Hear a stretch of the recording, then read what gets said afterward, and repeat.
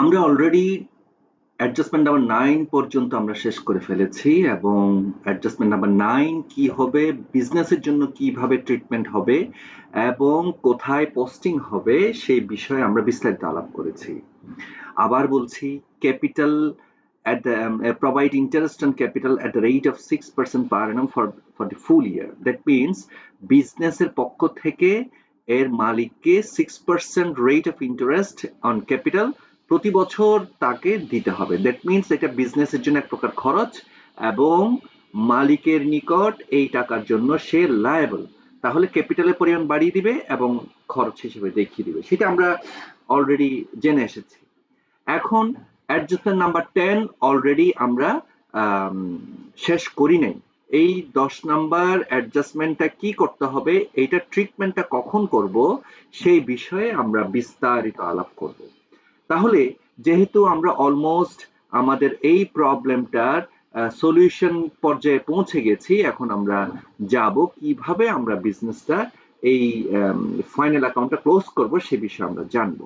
তাহলে চলুন আমরা ফাইনাল অ্যাকাউন্টটা একটু দেখি। ফাইনাল অ্যাকাউন্টে প্রথমে আমরা দেখতে পাচ্ছি ট্রেডিং অ্যাকাউন্ট, তারপর হচ্ছে প্রফিট অ্যান্ড লস অ্যাকাউন্ট, তারপর হচ্ছে ব্যালেন্স শিট। আমাদের ফাইনাল অ্যাকাউন্টের নিয়ম অনুযায়ী আমাদের ট্রেডিং অ্যাকাউন্ট থেকে আমাদের ক্লোজিং স্টার্ট করতে হবে, অর্থাৎ প্রথমে ট্রেডিং অ্যাকাউন্ট ক্লোজ হবে, তারপর এখানকার ব্যালেন্স নিয়ে প্রফিট অ্যান্ড লস অ্যাকাউন্টে যাব, সেটা ক্লোজ হবে, সেটার ব্যালেন্স নিয়ে আমরা ব্যালেন্স শিটে পৌঁছাবো। তারপরে ব্যালেন্স শিটের দুপাশে সমান হবে, অর্থাৎ ক্যাপিটাল অ্যান্ড লায়াবিলিটিস এবং অ্যাসেটস অ্যান্ড প্রপার্টিজের ব্যালেন্স দোনোটা একই অ্যামাউন্ট হতে হবে। যদি একই অ্যামাউন্ট না হয়, সেম অ্যামাউন্ট না হয়, তাহলে ধরে নিতে হবে আমাদের অঙ্কের কোথাও গন্ডগোল আছে এবং কোথাও একটা ট্রিটমেন্ট আমাদের পারফেক্টলি হয় নাই বা কোন একটা ইনফরমেশন মিসিং আছে। তাহলে চলুন আমরা ট্রেডিং অ্যাকাউন্ট থেকে স্টার্ট করি। বলছে আমাদের ট্রেডিং অ্যাকাউন্ট এক প্রকার অ্যাকাউন্ট, বলছি খেয়াল করেন, এটা একটা অ্যাকাউন্ট। অ্যাকাউন্ট মানে লেজার, লেজারের মতোই আমাদের ট্রেডিং অ্যাকাউন্টে দেখতে হবে। দেখেন, এটা আমার ডেবিট আছে এবং ক্রেডিট পাশ আছে। সুতরাং আমরা যখন অ্যাকাউন্ট ক্লোজ করি তখন আমাদের দেখতে হয় কোন পাশে বড় হবে এবং কোন পাশে ছোট হবে। যে পাশে বড় হবে আমাকে সেই পাশেই আমাদের প্রথমে টোটালটা নিতে হবে, অর্থাৎ পাশ বলতে আমি বুঝাচ্ছি ডেবিট এবং ক্রেডিট সাইড। ঠিক আছে, সচরাচর ট্রেডিং অ্যাকাউন্টে আমাদের ক্রেডিট পাশেই বড় হয়ে থাকে। তাহলে আমরা ক্রেডিট পাশে যদি বড় হয়, তাহলে ক্রেডিট পাশে যে আইটেমগুলো আছে সেগুলো আমরা যোগ করি। তাহলে এই আইটেম এবং এই আইটেম, আমরা দুইটা আইটেম দেখতে পাচ্ছি, একটা হচ্ছে সেলস, একটা হচ্ছে ক্লোজিং স্টক। এই দুইটা আইটেম যদি আমরা যোগ করি, তাহলে যোগ করলে কি দাঁড়ায় একটু দেখি আমরা। আপনারা ক্যালকুলেটরে যোগ করবেন। এটা যদি যোগ করে আমরা দেখতে পাচ্ছি 5,24,000 টাকা আমার হয়। এই ঠিক লেজার যেভাবে আমরা করেছিলাম 5,24,000 টাকা আমরা ডেবিট পাশে ট্রান্সফার দেব। ডেবিট পাশে ট্রান্সফার দেওয়ার পরে এই 5,24,000 টাকা থেকে ওই লেজারের মতোই, লেজার যেভাবে আমরা শিখে আসছি সেভাবে আমরা এখানে একটা ব্যালেন্স নির্ণয় করব। তাহলে এই অ্যামাউন্ট থেকে যদি আমরা এখানে একটা ব্যালেন্স পেতে চাই, তাহলে এখানে আমরা এই অ্যামাউন্ট থেকে প্রত্যেকটা আইটেম আমরা কি করব, মাইনাস করব। প্রত্যেকটা আইটেম যদি আমরা মাইনাস করি, তাহলে আমরা দেখতে পাচ্ছি 2,12,000 টাকা একটা ব্যালেন্স পাচ্ছি। খেয়াল করে দেখেন, ঠিক লেজারের মতোই এখানকার কনসেপ্ট। এই 2,12,000 টাকাকে আমরা বলছি ক্রেডিট ব্যালেন্স, অর্থাৎ ক্রেডিট পাশে যোগফল বড় হয়েছে, ডেবিট পাশে এনে ডেবিট পাশের আইটেমগুলো বাদ দেওয়ার পরে যে ব্যালেন্সটা দাঁড়ায়, এইটাকে বলতেছি আমরা ক্রেডিট ব্যালেন্স। ক্রেডিট ব্যালেন্স আমাদের সচরাচর কি হয়, ইনকাম হয় অথবা লায়াবিলিটি হয় অথবা প্রফিট হয়, তাই না? ইনকাম প্রফিট মানেই তো ইনকাম।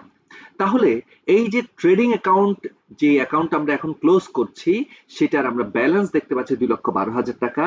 এই ব্যালেন্সের একটা নাম থাকে, সেই নামটাকে বলছি আমরা গ্রস প্রফিট। গ্রস প্রফিট অর্থাৎ ট্রেডিং অ্যাকাউন্ট থেকে আমরা ফাইনালি যে ব্যালেন্সটা পাচ্ছি সেটা যেহেতু ক্রেডিট ব্যালেন্স, সেটাকে আমরা প্রফিট বলছি এবং সেই প্রফিটটাকে বলছি আমরা গ্রস প্রফিট। গ্রস প্রফিট আমরা কোথায় ট্রান্সফার করব? এই গ্রস প্রফিটটাকে প্রফিট অ্যান্ড লস অ্যাকাউন্টে ট্রান্সফার করতে হবে। পিএল অ্যাকাউন্ট এরকম ব্র্যাকেট দিয়ে আপনারা লিখে দিবেন। তাহলে গ্রস প্রফিটটা কোথায় ট্রান্সফার করব আমরা? পিএল অ্যাকাউন্টে। খেয়াল করে দেখেন, এটা কোন ব্যালেন্স? ক্রেডিট ব্যালেন্স, তাহলে এটা যদি আমি ট্রান্সফার দেই পিএল অ্যাকাউন্টে, তাহলে সেই পিএল অ্যাকাউন্টের কোন দিকে ট্রান্সফার দিব? ক্রেডিট পাশে ট্রান্সফার দিব। তাহলে পিএল অ্যাকাউন্টে যদি যাই, তাহলে পিএল অ্যাকাউন্টের ক্রেডিট পাশে আমরা ট্রান্সফার দিব। পিএল অ্যাকাউন্টে ট্রান্সফার দিতে গেলে এই টাকাটা আমরা পিএল অ্যাকাউন্টের ক্রেডিট পাশে ট্রান্সফার দিব। ক্রেডিট পাশে ট্রান্সফার দিব কিভাবে? 2,12,000 টাকা আমরা ট্রান্সফার দিলাম। এইটার নাম কি? আমাদের গ্রস প্রফিট হিসাবেই আসছে। এটা কোথা থেকে আসছে? Transfer from trading account. খেয়াল করে দেখেন, আমরা এই অ্যামাউন্টটা কোথা থেকে আসছে? গ্রস প্রফিটটা আসছে আমার কোথা থেকে? ট্রেডিং অ্যাকাউন্ট থেকে। কি নামে আসছে? গ্রস প্রফিট নামে আসছে। আমরা এখন প্রফিট বলছি কেন? এটা হচ্ছে আমাদের ইনকাম সাইড, এটা আমাদের এক্সপেন্ডিচার সাইড। তাহলে ইনকাম থেকে এক্সপেন্ডিচার যদি আমার ছোট হয় তাহলে ইনকাম হবে, আর এক্সপেন্ডিচার যদি বড় হয় তাহলে লস হবে। এটা তো স্বাভাবিক কথা। তাহলে আমরা যাই, এখন আমরা প্রফিট অ্যান্ড লস অ্যাকাউন্ট আমরা ক্লোজ করব। দেখতে পাচ্ছি 2,12,000 টাকা শুধুমাত্র একটাই অ্যামাউন্ট আছে profit and loss account credit পাশে। ঠিক এই অ্যামাউন্টটাই আমরা কি করব? এখানে এখানে আমরা পোস্টিং দেব।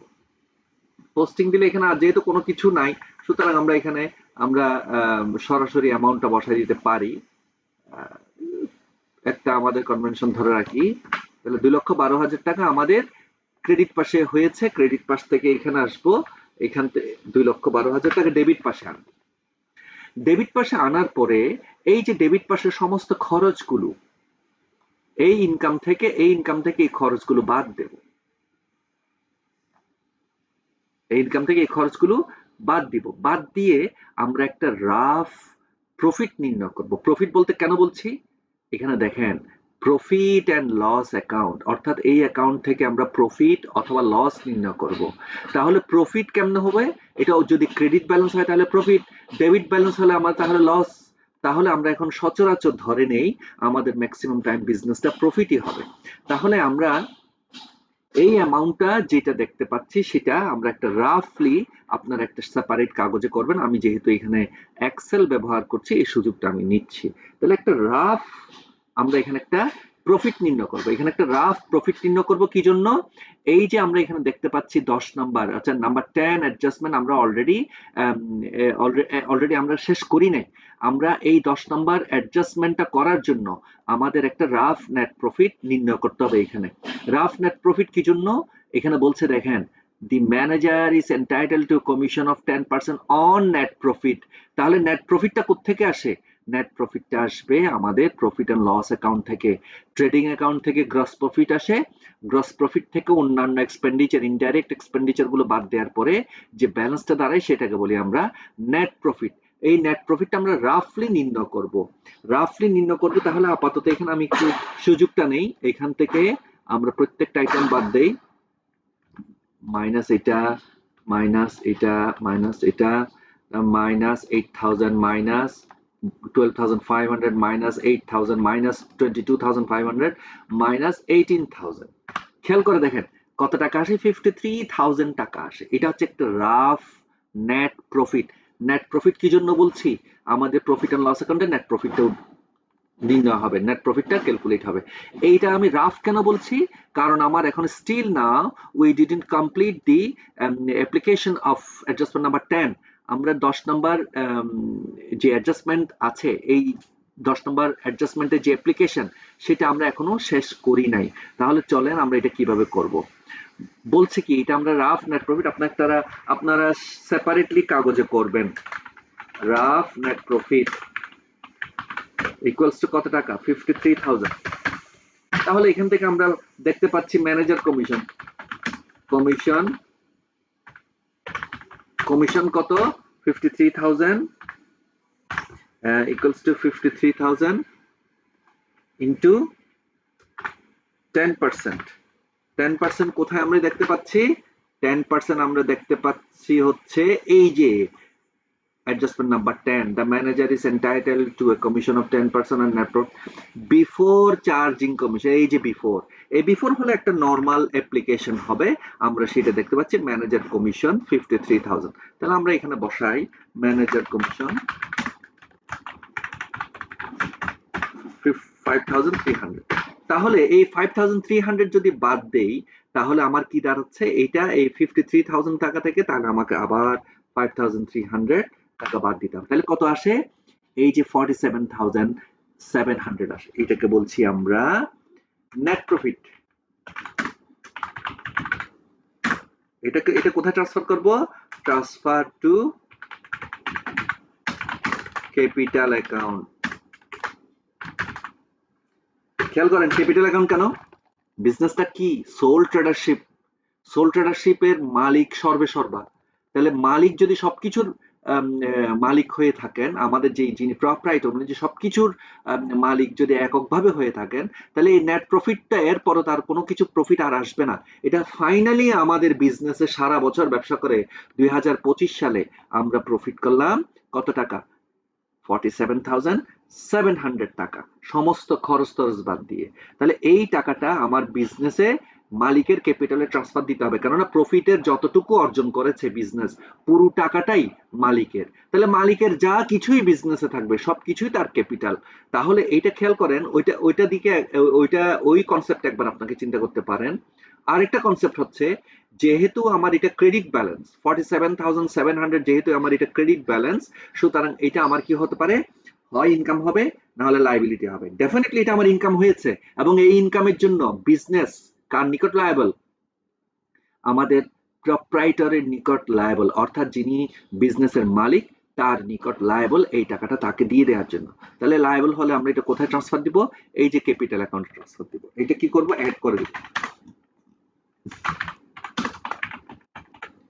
কত টাকা, কত টাকা, 47,700, 47,700। তাহলে আমার আর কোনো কিছুই নাই, আমরা এখানে কি করব, এই 47,700 এর সাথে আমরা এইটা ওর এক্সিস্টিং ক্যাপিটাল যোগ করে দিব। তাহলে এখন মালিক যেই অর্থাৎ আমার প্রপ্রাইটরের ক্যাপিটাল ছিল 2,95,000, এবং সেটার সাথে এই বছরের প্রফিটের টাকাও সে পাবে, এবং সবকিছু মিলিয়ে আমি বিজনেসে এটা তার ক্যাপিটাল হিসাবে রেখে দিলাম। এখনো পর্যন্ত যে প্রপারেটর যিনি বিজনেসের মালিক ওনাকে আমি টাকাটা এখনো দেই নাই, সুতরাং ভবিষ্যতে দিব, যদি দিতে হয় সেটা আমি তার ক্যাপিটালের সাথে একসাথে দিয়ে দিব।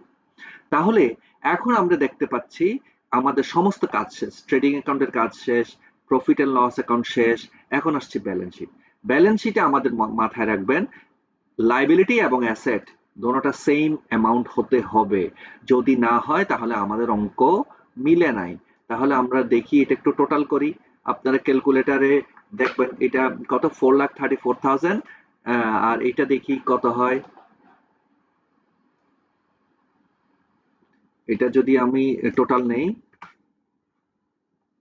কত টাকা, 4,28,700, তাহলে কোথাও একটা গন্ডগোল আছে, আমি দেখতে পাচ্ছি কোথাও একটা গন্ডগোল আছে। তাহলে গন্ডগোলটা কোথায়, আমরা আবার দেখি,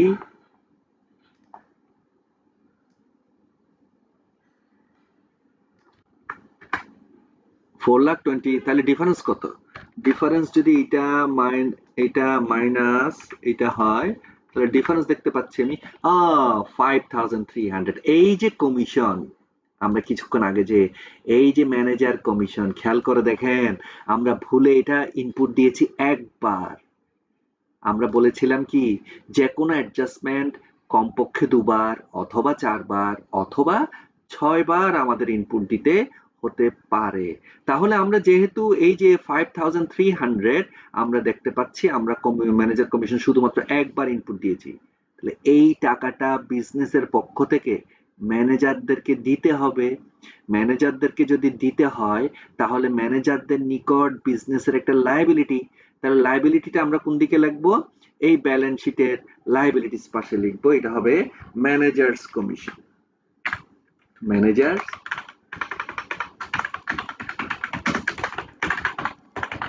কমিশন 5,300। তাহলে দেখেন আমাদের এখন অঙ্কটা মিলে গেছে, 4,34,000। তাহলে আপনারা এই বিষয়টা থেকে একটা জিনিস কিন্তু শিখে ফেললেন, যে আপনাদের যদি কোনো এরর আইডেন্টিফাইড হয়, অর্থাৎ আপনাদের যদি কোনো কারণে ব্যালেন্সিং ফিগারটা না মিলে, তাহলে তখন আপনাকে ডিফারেন্সটা ধরে খুঁজতে হবে ওই পরিমাণ অ্যামাউন্ট কোথাও আমার ইনপুট আছে কিনা। যেহেতু এটা আমার লায়াবিলিটি পাশে অ্যামাউন্টটা ছোট হচ্ছিল, অর্থাৎ লায়াবিলিটি পাশে শর্ট ছিল, ডেফিনেটলি আমার কোনো না কোনো লায়াবিলিটি অ্যামাউন্ট আমার ইনপুট দেয়া হয়নি। সেইভাবে আপনাকে খুঁজতে হবে। আমরা এখানে কিছুক্ষণ আগে যে ক্যালকুলেশনটা করেছিলাম, সেই ক্যালকুলেশনে 5300 এর একটা শর্টেজ অ্যামাউন্ট ছিল। সেই শর্টেজ অ্যামাউন্টটা খুব ইজিলি আমরা বের করতে পেরেছিলাম আমাদের সেই এরর ক্যালকুলেশনের মাধ্যমে, এরর টেস্টিং এর মাধ্যমে। তাহলে আপনারা আরেকটা স্টেপ শিখে ফেললেন, অ্যাডভান্স স্টেপ। যখন ব্যালেন্স শিটে অ্যাসেট পাশে যা অ্যামাউন্ট, লাইবিলিটিস পাশে তা অ্যামাউন্ট যদি সমান না হয়, অর্থাৎ অ্যাসেট এবং লাইবিলিটি যদি সমান না হয়, তাহলে দুইটা ডিফারেন্সটা নিবেন। ডিফারেন্সটা নেওয়ার পরে দেখবেন কত অ্যামাউন্টের ডিফারেন্স। ওই ডিফারেন্সের ডিফারেন্স অ্যামাউন্টটা আপনাকে খুঁজতে হবে। সেটা যদি খুঁজে পান তাহলে সহজ, যদি না খুঁজে পান কিভাবে আমরা খুঁজে কিভাবে ইনপুট দিব সেটা আমরা পরবর্তী কোন একটা ভিডিওতে সময় সুযোগ পেলে আলাপ করব। তাহলে আজকে এই পর্যন্তই। আপনাদের সবাইকে অশেষ ধন্যবাদ ধৈর্য ধরে এত লম্বা একটা বিষয় আপনারা জানতে চেষ্টা করেছেন, এবং কোনো ধরনের কনসেপচুয়াল কোনো গ্যাপ থাকলে ডেফিনেটলি আপনারা কমেন্ট বক্সে লিখবেন। কমেন্ট বক্সে লিখলে আমি সেটার আনসার করব, এতে কোনো ভুল হবে না। আপনাদের সবার সাফল্য কামনা করে আজকে আমাদের ক্লাস এখানেই শেষ করছি। ধন্যবাদ সবাইকে।